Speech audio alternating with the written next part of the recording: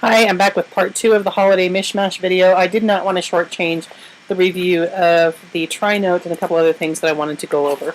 I did take a couple of my fountain pens just to prove to you how incredibly wonderful this paper is. I love this planner. I cannot imagine I put some stuff down. Now I have some really odd inks inked up right now, but there's a better picture.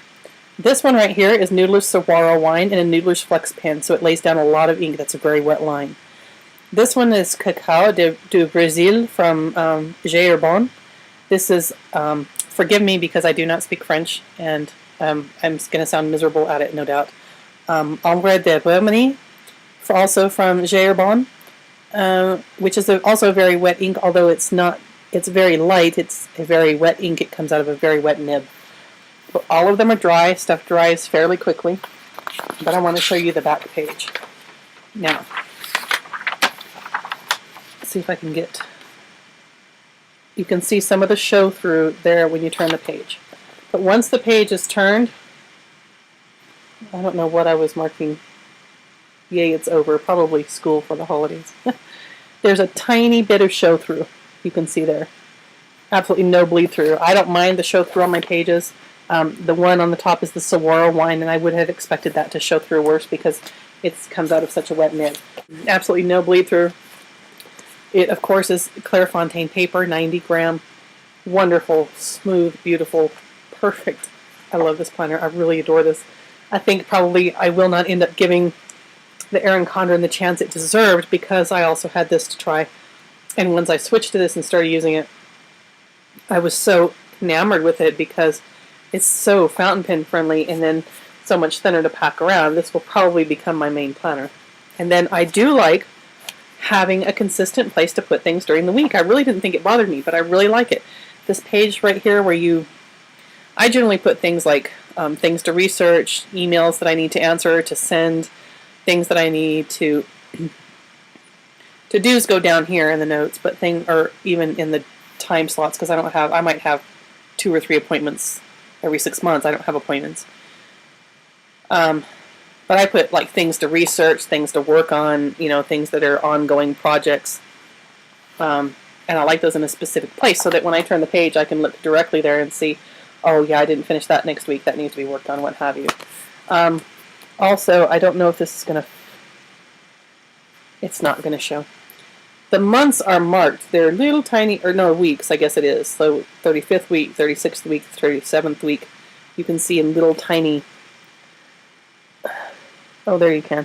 Little tiny, like, inked dots along the side. Also, this is a really neat way of marking this. You tear off the corner when you're on that week, and then you can flip right to that week. I have not had any problems flipping directly to the week, and I love that. I know there are some people that don't like the way that looks. I think it's really handy because you don't have to worry about a ribbon marker or anything. And I know I'm talking super fast. I apologize. You just turn right to the week. And I actually really like that. There's nothing about this I don't like. Well, not entirely. I don't care for this cover. It's the Soya cover. Again, thank you, Exoclair. This is not my favorite. It tends to get things on it. And if I keep with this, I will probably at some point have a cover made by Renaissance Art. Or that would be my goal, is to have a nice leather cover from Ren Art for this. So we'll see how that goes. Anyway, so planner plans for this next year. So I have the information book. I have the main weekly planner.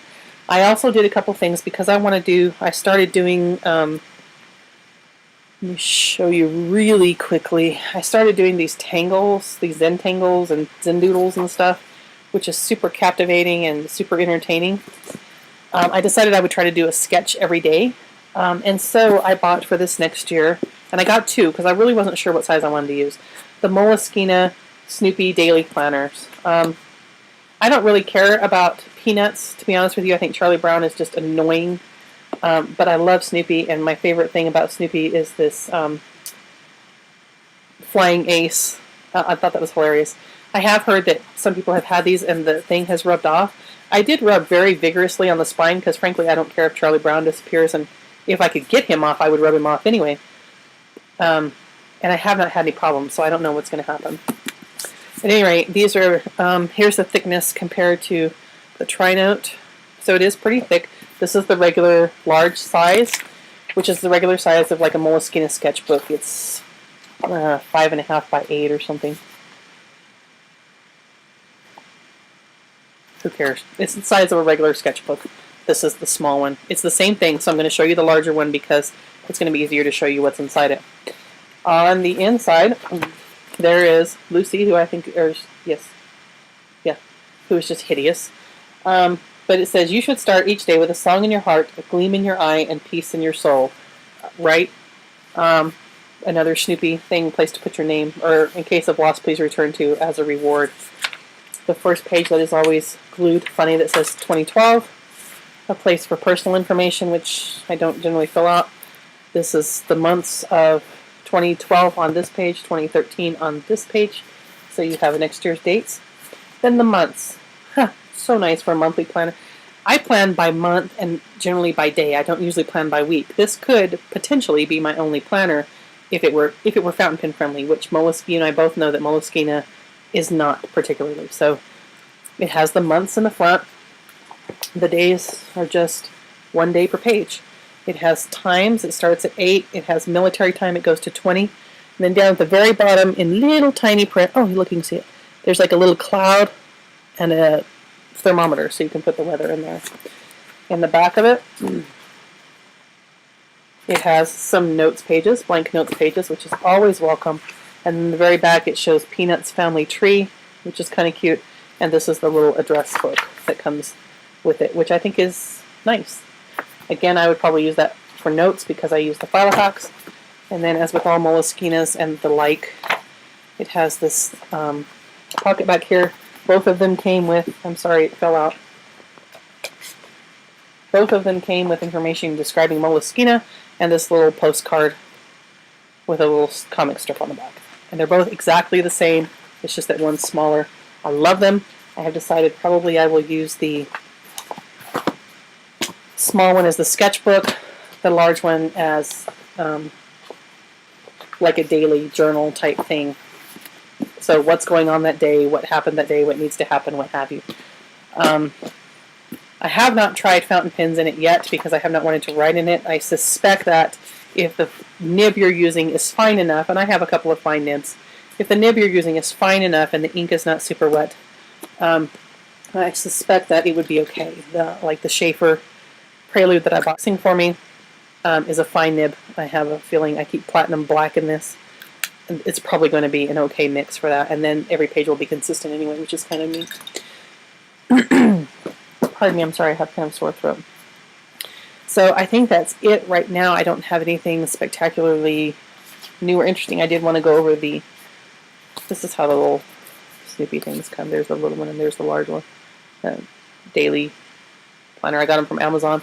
I had, when I started this long-term sub-position, we gave out a survey and they gave us an Amazon gift thing for doing the survey, so I used that, and that was really neat. I did want to show you the Piccadilly. Let me show you this really quickly. This I bought at Barnes & Noble, I think. It was a Piccadilly. I know there's the constant discussion about what notebook to use besides Rhodia, besides Moleskine, you know, what kind of options there are.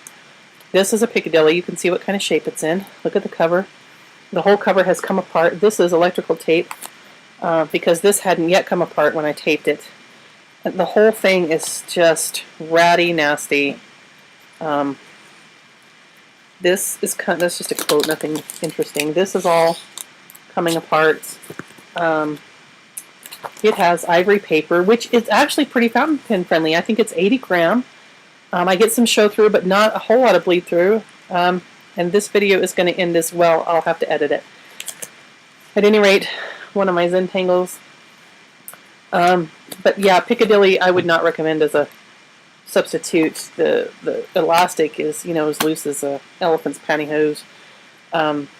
This was dismal. But I have decided that I would use it through the end of the year because this year has been so dismal that they both fit together.